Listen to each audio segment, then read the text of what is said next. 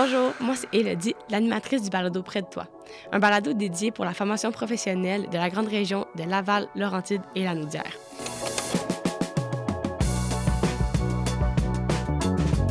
Bonjour, dans l'épisode d'aujourd'hui, je reçois Alexandre Martel, un diplômé de plusieurs formations. Il vient nous parler de son parcours.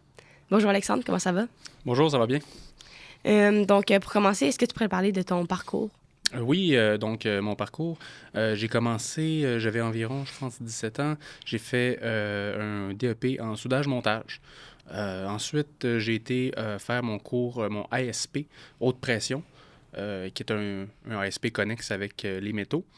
Ensuite, j'ai travaillé longtemps dans ces métiers-là pour finir dernièrement un autre DEP en dessin industriel à Laval.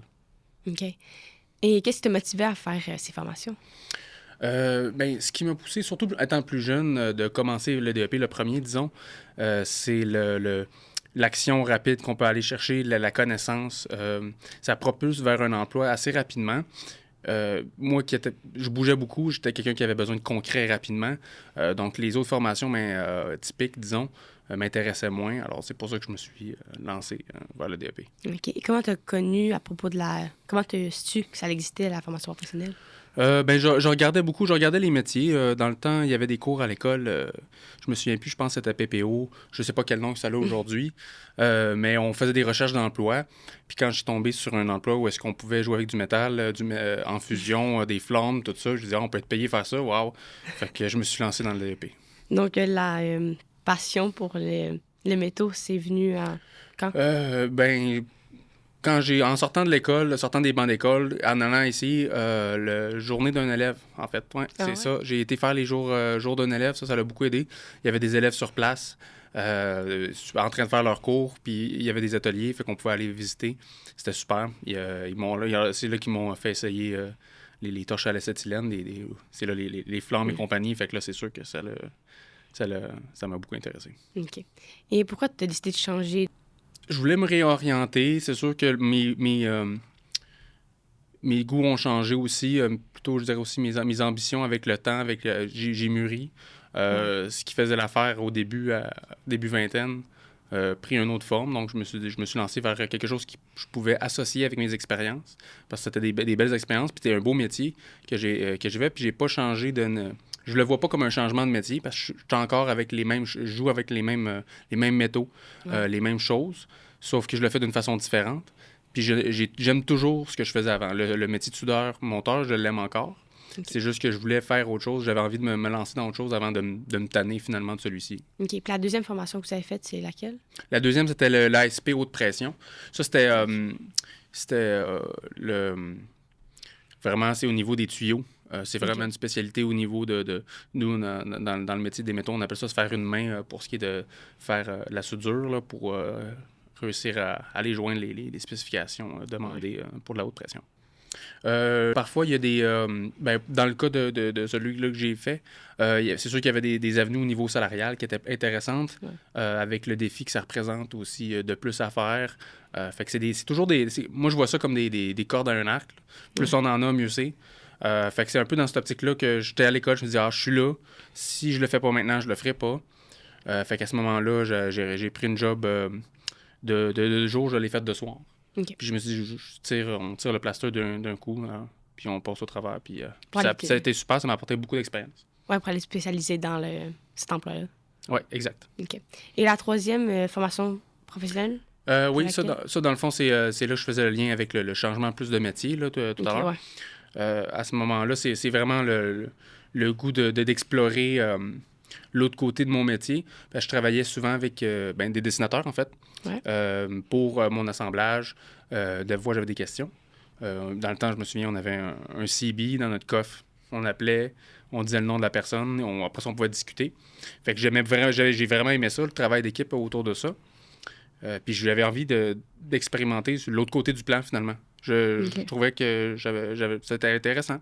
Fait que je me suis lancé. Donc, tu as découvert que tu avais le goût de faire une autre facette de ton emploi parce que tu as vu les gens opérer. J'imagine? Oui, exact. C'est ça. Puis en même temps, toute la lecture de plan que j'ai fait, c'est quelque chose qui m'était utile puis qui m'a d'ailleurs vraiment beaucoup aidé.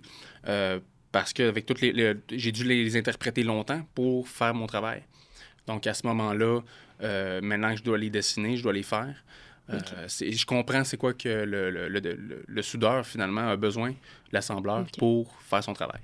Fait que c'est tout un lien ensemble. Puis avant de faire ça, tu as fait des formations pour travailler de l'autre bord de cet emploi-là. Est-ce que tu penses que ça t'a aidé à être meilleur... comment ça s'appelle? Dessinateur industriel? Oui, tout à fait. Oui, je pense qu'il y a beaucoup, tout est réutilisé dans ce que je fais aujourd'hui. D'ailleurs, aujourd'hui même, je suis en train de partir mon entreprise. J'ai eu le temps de travailler un bon moment dans le dessin industriel. Pas aussi longtemps que j'ai travaillé dans le soudage. Mais les deux expériences, plus le fait que j'ai mûri avec les années, m'ont rendu prêt à faire ça. Puis ça va bien. J'ai ouvert mon bureau, d'ailleurs, il y a 2 semaines, dans le coin de Sainte-Thérèse. Je suis très content. Puis c'est pas l'ouvrage qui vend. OK. Et vous faites quoi exactement?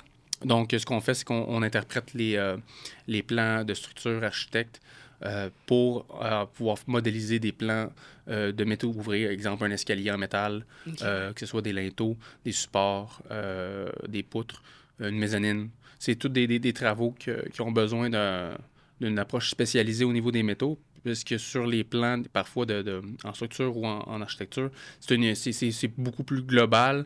Puis il y a une approche spécialisée avant de pouvoir faire la fabrication. Donc, mes clients, c'est vraiment plus les shops dans lesquels, finalement, je travaillais quand j'étais plus jeune. C'est quoi tu as appris dans les formations professionnelles que tu as fait? C'est large comme question, mais... Oui, c'est large, effectivement. On voit... ce que je trouve des DEP, c'est qu'on va voir énormément de choses.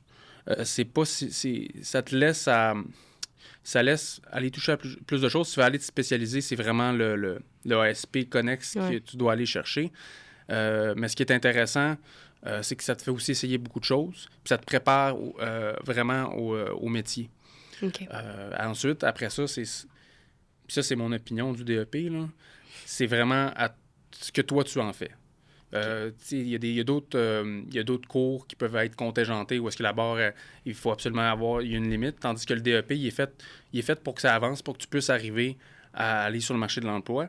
Mais si tu t'assois et tu es sérieux, tu peux aller chercher vraiment quelque chose, là, puis ça paraît, moi j'en ai fait des entrevues autant comme employeur que comme employé, puis ça paraît quelqu'un qui s'investit dans son DEP, tu peux lui poser des questions puis il est capable de te répondre, tandis qu'il y a certaines personnes qui, c'est juste un passage. Des fois, ils ont besoin de retourner. Plus sens s'ils aiment vraiment ce qu'ils font. Là. Exact. Okay. Et pendant tes formations professionnelles, est-ce que tu as fait des stages à des endroits? Oui, j'ai fait... j'avais mon premier DEP en soudage-montage, c'était un programme ATE. Donc, j'ai eu 3 stages. C'est quoi un programme alternance, travail, études. Ah oui, c'est vrai. Donc, non, ça, c'est super. Ça m'a vraiment aidé, surtout au niveau de la motivation. Puis même si c'était parfois juste 1 semaine ou 2 semaines, ça change vraiment énormément la donne. Puis c'est important de se trouver un endroit où est-ce que tu vas pouvoir travailler. Souvent, des fois, les gens, ils cherchent un salaire. Mais souvent, quand c'est un salaire, ils vont te mettre sur des jobs qui doivent rapporter. Okay. Moi, je me souviens, le premier, j'avais pas été payé. Par contre, c'est là que j'avais le plus appris. Ensuite, j'avais été rémunéré les autres. Ça n'avait pas été un problème. Mais ça a été très, très enrichissant comme expérience. Donc, est-ce que tu penses que ça t'a aidé à aujourd'hui faire une bonne compagnie? Oui, non, définitivement. Là. D'ailleurs, maintenant, j'ai mon premier employé qui est rentré cette semaine. Tout à fait. Ouais, ouais. Cette semaine. Lui, il sort de l'école. Il vient de finir son stage. Moi, je crois beaucoup au DEP. D'ailleurs, j'ai été le chercher à l'endroit, à Laval, où est-ce que j'avais fait le mien. Puis c'est ça, je prends le temps de le montrer. Puis j'ai déjà monté une équipe aussi, d'ailleurs, pour une autre entreprise par le passé, où est-ce que j'avais été chercher 2 stagiaires. Puis je vois les résultats, ce que ça fait quand on donne le temps aux gens d'apprendre. Je crois beaucoup à ça. Est-ce que vous avez déjà pensé à enseigner? Oui, j'ai déjà pensé à enseigner. J'ai même déjà eu une offre. J'avais été faire une entrevue pour enseigner soudage, montage, mais dans ce temps-là, j'avais 24, 23. J'étais jeune un peu. Puis, on m'avait proposé comme un remplacement ou, juste aider pour la classe. C'était pas un gros poste, là. Je veux dire, j'avais 23, 24 ans, puis j'avais pas mon bac enseignement, évidemment. Mais c'est tout le temps quelque chose qui m'a un peu intéressé. Puis c'est ce que j'ai beaucoup aimé dans la gestion d'une équipe, pouvoir apporter justement aux autres de l'équipe, puis être capable d'échanger. Ça, c'est le point. Puis c'était une des raisons aussi pourquoi je me pars en entreprise. Je veux pouvoir faire ça à ce moment-là. Et d'où est venue la motivation de partir une nouvelle entreprise? C'est une bonne question, celle-là. Des fois, là, je suis dans les débuts, fait que je me la pose souvent encore. Ça fait combien de temps que vous l'avez créé? Ça va faire à peu près un mois. OK. Ça fait un mois. C'est très récent. C'est ça. Donc, non, c'est... Mais c'est sûr que j'avais une idée de mon modèle d'affaires. J'ai vu aussi quelque chose que je pouvais créer. J'avais monté une équipe dans le temps. Fait que là, j'avais envie de le faire à ma manière. Des fois, il y a des choses qu'on doit dealer, excusez l'anglicisme, mais qu'on doit gérer avec pas nécessairement toute la façon qu'on voudrait. Fait que là, je me suis dit, j'aimerais ça le faire comme moi je veux. Et à ce moment-là, c'est pour ça que je me suis dit, je vais le monter, je vais partir de zéro. Ton propre boss. Puis c'est ça, je vais y aller une étape à la fois, puis je vais le monter comme moi je l'ai vu à ce moment-là. Mais je te souhaite de la réussite, honnêtement. Ouais, c'est gentil. J'espère aussi. Est-ce qu'il y a un enseignant qui t'a marqué à travers ton parcours? Oui, plusieurs d'ailleurs. Il y avait, on l'appelait mon oncle. C'est un monsieur qui était très passionné. Puis d'ailleurs, tous les gens que j'ai rencontrés, d'ailleurs, les professeurs dans les cours sont passionnés. Lui m'a marqué parce que c'était le mononcle du groupe, finalement, tout simplement. Puis c'était bien plaisant. Mais sinon, ce que j'aime beaucoup, c'est que c'est tous des gens de métier. Ouais. Ces personnes-là ont de l'expérience, puis ont envie de le partager. À ce moment-là, c'est là que on peut aller chercher même plus parfois que ce que le cours peut donner, parce moi, j'appelle ça aller les vampiriser leur expérience, aller les chercher tout ce que tu peux, puis après ça, pouvoir aller t'en servir pour ton futur. À ce moment-là, je trouve ça une belle occasion d'avoir des professeurs qui ont connu le métier. Mais pour finir, est-ce que tu as un conseil que tu donnerais à un élève qui veut s'embarquer dans une formation professionnelle? Oui, définitivement. Tous les cours sont importants. Moi, il n'y en a pas un... Parce que parfois, pendant le DEP, c'est facile de minimiser certains cours par rapport à d'autres. Puis moi, je m'en sers tout le temps. Puis quand j'arrive dans une situation où est-ce que je dois m'en servir, peu importe ce que ça peut être les cours, même au niveau de recherche d'emploi, que ce soit même ceux-là qu'on aime moins, que ce soit encore les mathématiques que j'ai dû faire 2-3 fois, parce qu'il y a eu un cours de mathématiques dans les 3 que j'ai fait, sont... Les gens qui les prennent le temps d'absorber la matière, ça paraît. Quand c'est le temps que ça compte, même si c'est juste une fois, ça paraît. Fait que c'est important. Le conseil que je dirais, c'est prenez tout ce que vous pouvez du DEP pour qu'en sortir, vous pouvez l'utiliser à bon escient. Pour savoir toute la matière. Merci beaucoup d'être venu avec nous aujourd'hui. C'est vraiment intéressant. Puis je pense vraiment que ça peut inspirer des gens à venir faire des formations professionnelles. Je l'espère. Merci.